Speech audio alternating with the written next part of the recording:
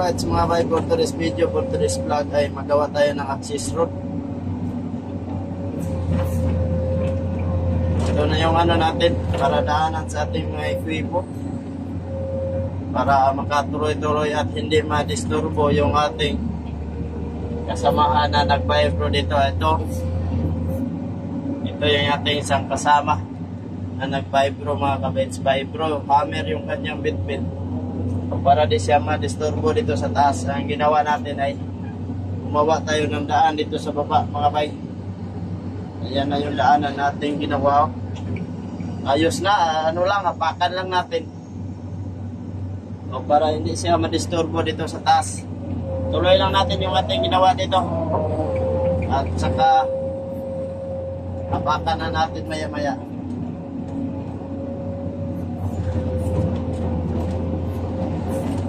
Pagandahin natin, pagandahin at ipantay talaga natin.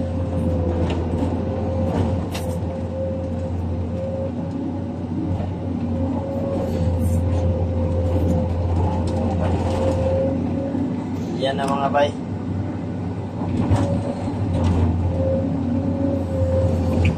Bali dito na banda yung exit nya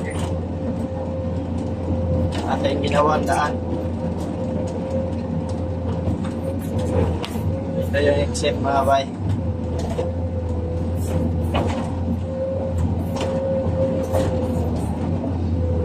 Pantay lang natin to dito, medyo kapal.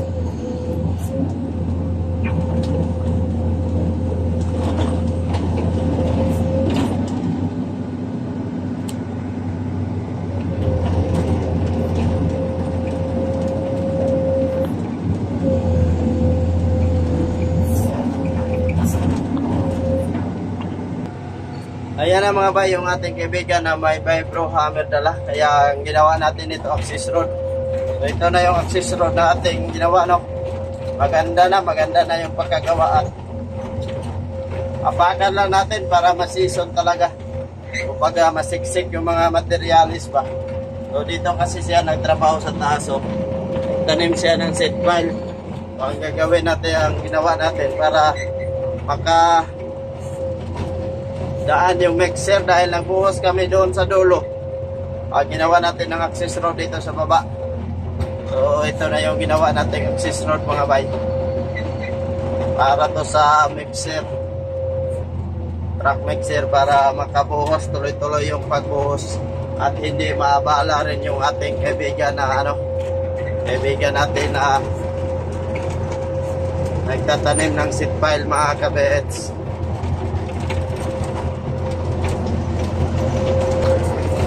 Ito na ang kabuuan sa ating access road, mga bay. Oh, maganda na. Ayan o.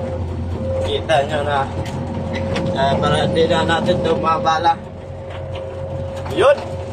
Talagang maganda na at pantay na talaga. Pagkatapos natin daan-daanan, ito na yung resulta sa ating ginawang access road. Sa tingin ko medyo matibay-tibay din naman to dahil River Mix yung ginamit namin dito panambak. Kaso lang yung iba may halong putik. So kung saan na lang na banda bumaon yung ating truck mixer, saka na lang natin i-repair. So yun ang ginawa natin access road, mga kapits. Talagang maganda na tingnan.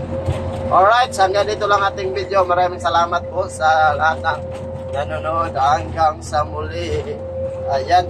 So dyan, maraming isda dyan. Ginawa namin pispan namin sa kilo kasi yan dati at na-corner dito sa aming panambak pa. So yun ang access road, mga kabetso. Ayan. So yung ating isang kasama ay nag-vibro. Dito, marami itong isda dito para makapagbuhos tayo. So, makita ko yung ang aming bubuhusan dito. Back slope na to. Pundasyon sa back slope. Kaya ginawa natin to dito ng access road dahil doon sa kabilang dulo hindi rin makadaan ng ang truck mixer doon dahil may palay. may palayan doon. At ito yung bubuhusan namin mga kabetso.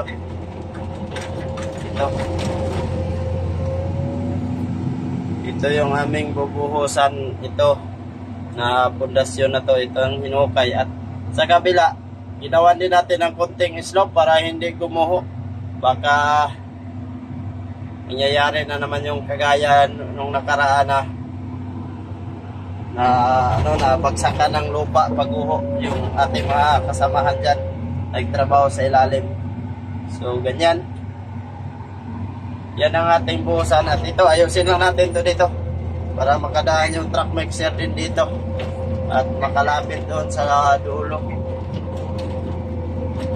Alright, hanggang dito lang ating video. Maraming salamat po. Hanggang sa muli, babu.